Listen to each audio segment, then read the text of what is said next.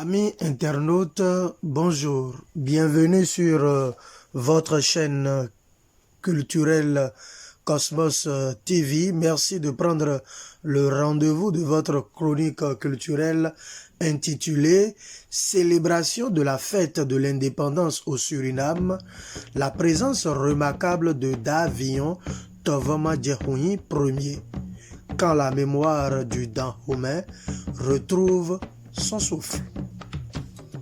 Le 25 décembre 2025, alors que le Suriname célébrait avec faste son anniversaire d'indépendance, un moment d'une portée symbolique rare s'est glissé dans le protocole officiel. Parmi les personnalités invitées à honorer la cérémonie, une figure venue du Bénin a retenu l'attention de l'ensemble des autorités politiques, coutumières et culturelles du pays. Davion Tovoma Djehoui Ier, de son nom civil Deni Achade Asongba, chef de la collectivité des Djangonu, originaire de Doïssa, dans la commune de Savalo. Ce fils du Dahomey, que d'aucuns auraient pu croire anonyme dans l'immensité des relations internationales, s'est imposé comme une dignité majestueuse, rappelant à tous la profondeur d'une mémoire partagée. Son apparition lors du grand défilé officiel au Suriname dans le cadre de la célébration de l'indépendance de ce pays de l'Amérique du Sud n'a laissé personne indifférent. Drapé dans son rang de chef traditionnel, porteur d'une noblesse discrète mais incontestable, il fut présenté comme une tête couronnée venue du Bénin, du Dahomey ancestral, symbole vivant d'un héritage que les siècles n'ont pas réussi à éteindre.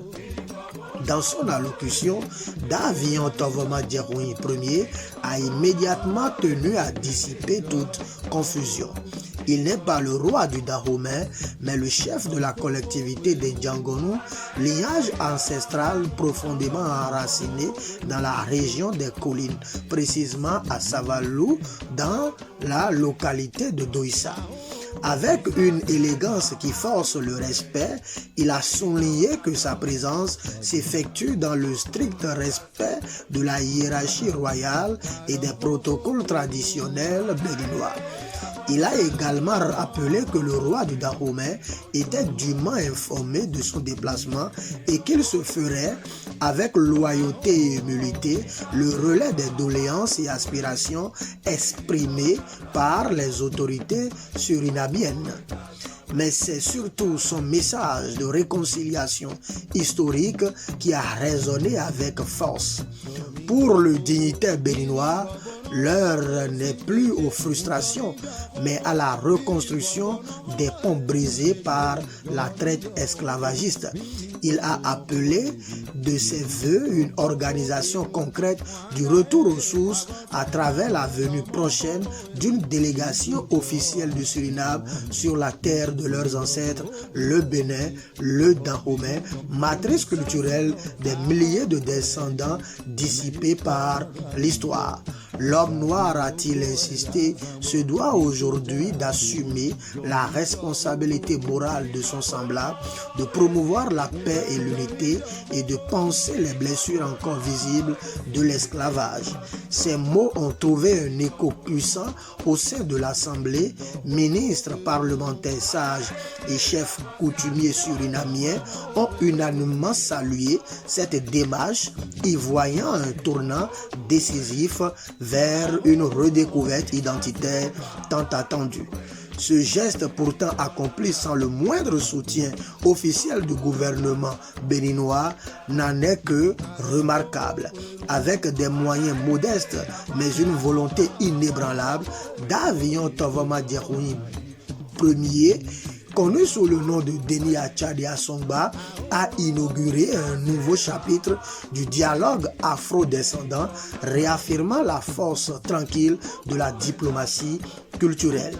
En s'invitant ainsi au cœur d'une fête nationale hautement symbolique, il a jeté les bases d'un retour spirituel et culturel des enfants du Dahomey vers leur terre d'origine. Et dans ce rapprochement, c'est tout un pan de la mémoire africaine en général et la mémoire béninoise en particulier qui retrouve son souffle, son chemin et sa dignité. Amis internautes, ce sera donc tout pour aujourd'hui. On va donc se donner rendez-vous semaine prochaine pour un autre numéro plus croustillant de votre chronique culturelle sur votre chaîne Cosmos TV. Tout le monde descend, les lunettes aussi. À bientôt.